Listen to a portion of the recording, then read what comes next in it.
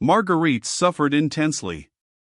Though she laughed and chatted, though she was more admired, more surrounded, more fated than any woman there, she felt like one condemned to death, living her last day upon this earth.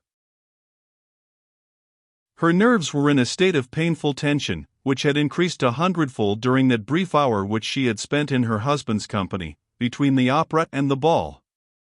The short ray of hope that she might find in this good-natured, lazy individual a valuable friend and adviser had vanished as quickly as it had come, the moment she found herself alone with him. The same feeling of good-humored contempt which one feels for an animal or a faithful servant made her turn away with a smile from the man who should have been her moral support in this heart-rending crisis through which she was passing, who should have been her cool-headed adviser, when feminine sympathy and sentiment tossed her hither and thither, between her love for her brother, who was far away and in mortal peril, and horror of the awful service which Chauvelin had exacted from her, in exchange for Armand's safety. There he stood, the moral support, the cool-headed adviser, surrounded by a crowd of brainless, empty-headed young fops, who were even now repeating from mouth to mouth, and with every sign of the keenest enjoyment, a doggerel quatrain which he had just given forth. Everywhere the absurd, silly words met her, people seemed to have little else to speak about. Even the prince had asked her, with a laugh, whether she appreciated her husband's latest poetic efforts. All done in the tying of a cravat, Sir Percy had declared to his clique of admirers. "We seek him here, we seek him there, those Frenchies seek him everywhere. Is he in heaven, is he in hell? That damned, elusive Pimpernel?" Sir Percy's bon mot had gone the round of the brilliant reception rooms. The prince was enchanted. He vowed that life without Blakeney would be but a dreary desert. Then, taking him by the arm, had led him to the card-room, and engaged him in a long game of hazard. Sir Percy, whose chief interest in most social gatherings seemed to center round the card-table, usually allowed his wife to flirt, dance, to amuse or bore herself as much as she liked. And tonight, having delivered himself of his bon mot, he had left Marguerite surrounded by a crowd of admirers of all ages, all anxious and willing to help her to forget that somewhere in the spacious reception rooms, there was a lone, lazy being who had been fool enough to suppose that the cleverest woman in Europe would settle down to the prosaic bonds of English matrimony. Her still overwrought nerves, her excitement and agitation, lent beautiful Marguerite Blakeney much additional charm. Escorted by a veritable bevy of men of all ages and of most nationalities, she called forth many exclamations of admiration from everyone as she passed. She would not allow herself any more time to think. Her early, somewhat bohemian training had made her something of a fatalist. She felt that events would shape themselves, that the directing of them was not in her hands. From Chauvelin she knew that she could expect no mercy. He had set a price upon Armand's head, and left it to her to pay or not, as she chose. Later on in the evening she caught sight of Sir Andrew Ffoulkes and Lord Antony Dewhurst, who seemingly had just arrived. She noticed at once that Sir Andrew immediately made for little Suzanne de Tournay, and that the two young people soon managed to isolate themselves in one of the deep embrasures of the mullioned windows, there to carry on a long conversation, which seemed very earnest and very pleasant on both sides. Both the young men looked a little haggard and anxious, but otherwise they were irreproachably dressed, and there was not the slightest sign, about their courtly demeanor, of the terrible catastrophe, which they must have felt hovering round them and round their chief. That the League of the Scarlet Pimpernel had no intention of abandoning its cause, she had gathered through little Suzanne herself, who spoke openly of the assurance she and her mother had had that the Comte de Tournay would be rescued from France by the League, within the next few days. Vaguely she began to wonder, as she looked at the brilliant and fashionable crowd in the gaily lighted ballroom, which of these worldly men round her was the mysterious Scarlet Pimpernel, who held the threads of such daring plots, and the fate of valuable lives in his hands. A burning curiosity seized her to know him, although for months she had heard of him and had accepted his anonymity, as everyone else in society had done, but now she longed to know, quite impersonally, quite apart from Armand, and quite apart from Chauvelin only for her own sake, for the sake of the enthusiastic admiration she had always bestowed on his bravery and cunning. He was at the ball, of course, somewhere, since Sir Andrew Ffoulkes and Lord Antony Dewhurst were here, evidently expecting to meet their chief and perhaps to get a fresh MOTD order from him. Marguerite looked round at everyone, at the aristocratic high-type Norman faces, the squarely built, fair-haired Saxon, the more gentle, humorous cast of the Celt, wondering which of these betrayed the power, the energy, the cunning which had imposed its will and its leadership upon a number of high-born English gentlemen, among whom rumour asserted was His Royal Highness himself. Sir Andrew Ffoulkes? Surely not, with his gentle blue eyes, which were looking so tenderly and longingly after little Suzanne, who was being led away from the pleasant tête-à-tête by her stern mother. Marguerite watched him across the room, as he finally turned away with a sigh, and seemed to stand, aimless and lonely, now that Suzanne's dainty little figure had disappeared in the crowd.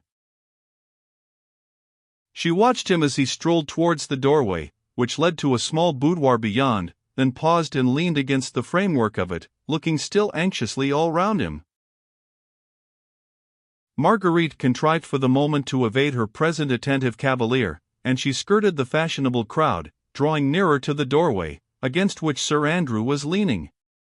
Why she wished to get closer to him, she could not have said. Perhaps she was impelled by an all-powerful fatality, which so often seems to rule the destinies of men. Suddenly she stopped, her very heart seemed to stand still, her eyes, large and excited, flashed for a moment towards the doorway, then as quickly were turned away again. Sir Andrew Ffoulkes was still in the same listless position by the door, but Marguerite had distinctly seen that Lord Hastings, a young buck, a friend of her husband's and one of the prince's set, had, as he quickly brushed past him, slipped something into his hand. For one moment longer, oh! It was the merest flash. Marguerite paused. The next she had, with admirably played unconcern, resumed her walk across the room, but this time more quickly towards the doorway whence Sir Andrew had now disappeared.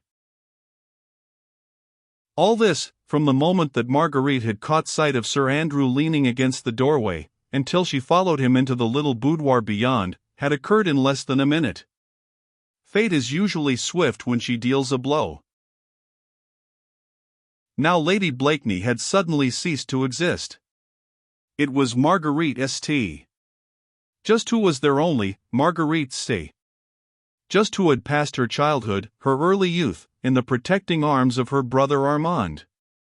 She had forgotten everything else, her rank, her dignity, her secret enthusiasms, everything save that Armand stood in peril of his life, and that there, not 20 feet away from her, in the small boudoir which was quite deserted, in the very hands of Sir Andrew Ffoulkes, might be the talisman which would save her brother's life.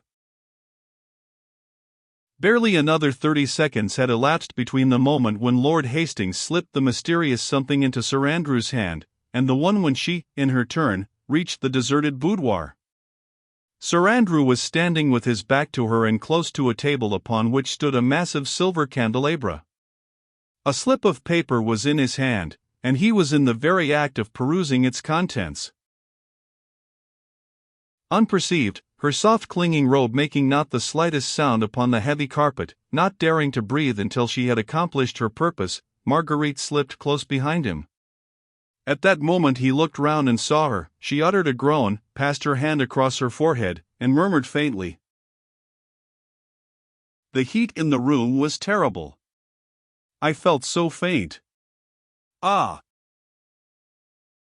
She tottered almost as if she would fall, and Sir Andrew, quickly recovering himself, and crumpling in his hand the tiny note he had been reading, was only, apparently, just in time to support her. You are ill, Lady Blakeney? He asked with much concern. Let me. No, nothing, she interrupted quickly. A chair, quick. She sank into a chair close to the table, and throwing back her head, closed her eyes. There, she murmured, still faintly, the giddiness is passing off. Do not heed me, Sir Andrew, I assure you I already feel better. At moments like these there is no doubt, and psychologists actually assert it, that there is in us a sense which has absolutely nothing to do with the other five. It is not that we see, it is not that we hear or touch, yet we seem to do all three at once. Marguerite sat there with her eyes apparently closed. Sir Andrew was immediately behind her, and on her right was the table with the 5-armed candelabra upon it. Before her mental vision there was absolutely nothing but Armand's face. Armand, whose life was in the most imminent danger, and who seemed to be looking at her from a background upon which were dimly painted the seething crowd of Paris, the bare walls of the Tribunal of Public Safety, with Fouquier Tinville, the public prosecutor, demanding Armand's life in the name of the people of France, and the lurid guillotine with its stained knife waiting for another victim. Armand. For one moment there was dead silence in the little boudoir. Beyond, from the brilliant ballroom, the sweet notes of the gavotte, the frou-frou of rich dresses, the talk and laughter of a large and merry crowd, came as a strange, weird accompaniment to the drama which was being enacted here. Sir Andrew had not uttered another word. Then it was that extra sense became potent in Marguerite Blakeney. She could not see, for her eyes were closed, she could not hear, for the noise from the ballroom drowned the soft rustle of that momentous scrap of paper. Nevertheless she knew, as if she had both seen and heard, that Sir Andrew was even now holding the paper to the flame of one of the candles. At the exact moment that it began to catch fire, she opened her eyes, raised her hand and, with 2 dainty fingers, had taken the burning scrap of paper from the young man's hand. Then she blew out the flame, and held the paper to her nostril with perfect unconcern. "How thoughtful of you, Sir Andrew," she said gaily. "Surely 'twas your grandmother who taught you that the smell of burnt paper was a sovereign remedy against giddiness." She sighed with satisfaction, holding the paper tightly between her jeweled fingers, that talisman which perhaps would save her brother Armand's life. Sir Andrew was staring at her, too dazed for the moment to realize what had actually happened. He had been taken so completely by surprise that he seemed quite unable to grasp the fact that the slip of paper, which she held in her dainty hand, was one perhaps on which the life of his comrade might depend. Marguerite burst into a long, merry peal of laughter. "Why do you stare at me like that?" she said playfully. "I assure you I feel much better. Your remedy has proved most effectual. This room is most delightfully cool," she added, with the same perfect composure, "and the sound of the gavotte from the ballroom is fascinating and soothing." She was prattling on in the most unconcerned and pleasant way, while Sir Andrew, in an agony of mind, was racking his brains as to the quickest method he could employ to get that bit of paper out of that beautiful woman's hand. Instinctively, vague and tumultuous thoughts rushed through his mind. He suddenly remembered her nationality, and worst of all, recollected that horrible tale anent the Marquis de Saint Cyr, which in England no one had credited, for the sake of Sir Percy, as well as for her own. "What? Still dreaming and staring," she said, with a merry laugh. "You were most ungallant, Sir Andrew, and now I come to think of it, you seemed more startled than pleased when you saw me just now. I do believe, after all, that it was not concern for my health, nor yet a remedy taught you by your grandmother that caused you to burn this tiny scrap of paper. I vow it must have been your lady love's last cruel epistle you were trying to destroy. Now confess," she added, playfully holding up the scrap of paper, "does this contain her final congé, or a last appeal to kiss and make friends?" "Whichever it is, Lady Blakeney," said Sir Andrew, who was gradually recovering his self-possession, "this little note is undoubtedly mine, and—" Not caring whether his action was one that would be styled ill-bred towards a lady, the young man had made a bold dash for the note, but Marguerite's thoughts flew quicker than his own. Her actions, under pressure of this intense excitement, were swifter and more sure. She was tall and strong. She took a quick step backwards and knocked over the small Sheraton table which was already top-heavy, and which fell down with a crash, together with the massive candelabra upon it. She gave a quick cry of alarm. "The candles, Sir Andrew, quick!" There was not much damage done. 1 or 2 of the candles had blown out as the candelabra fell, others had merely sent some grease upon the valuable carpet, one had ignited the paper shade over it. Sir Andrew quickly and dexterously put out the flames and replaced the candelabra upon the table, but this had taken him a few seconds to do, and those seconds had been all that Marguerite needed to cast a quick glance at the paper, and to note its contents, a dozen words in the same distorted handwriting she had seen before, and bearing the same device, a star-shaped flower drawn in red ink. When Sir Andrew once more looked at her, he only saw on her face alarm at the untoward accident and relief at its happy issue, whilst the tiny and momentous note had apparently fluttered to the ground.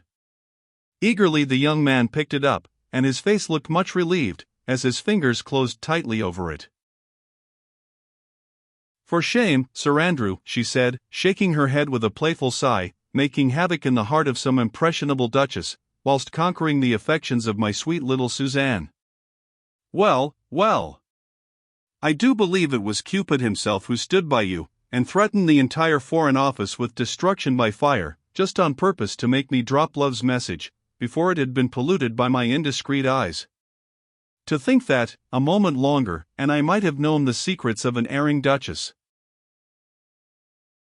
"You will forgive me, Lady Blakeney," said Sir Andrew, now as calm as she was herself, "if I resume the interesting occupation which you had interrupted?" "By all means, Sir Andrew. How should I venture to thwart the love god again? Perhaps he would mete out some terrible chastisement against my presumption. Burn your love token, by all means." Sir Andrew had already twisted the paper into a long spill, and was once again holding it to the flame of the candle, which had remained alight. He did not notice the strange smile on the face of his fair vis-a-vis, so intent was he on the work of destruction. Perhaps, had he done so, the look of relief would have faded from his face. He watched the fateful note, as it curled under the flame. Soon the last fragment fell on the floor, and he placed his heel upon the ashes. "And now, Sir Andrew," said Marguerite Blakeney, with the pretty nonchalance peculiar to herself, and with the most winning of smiles, "will you venture to excite the jealousy of your fair lady by asking me to dance the minuet?"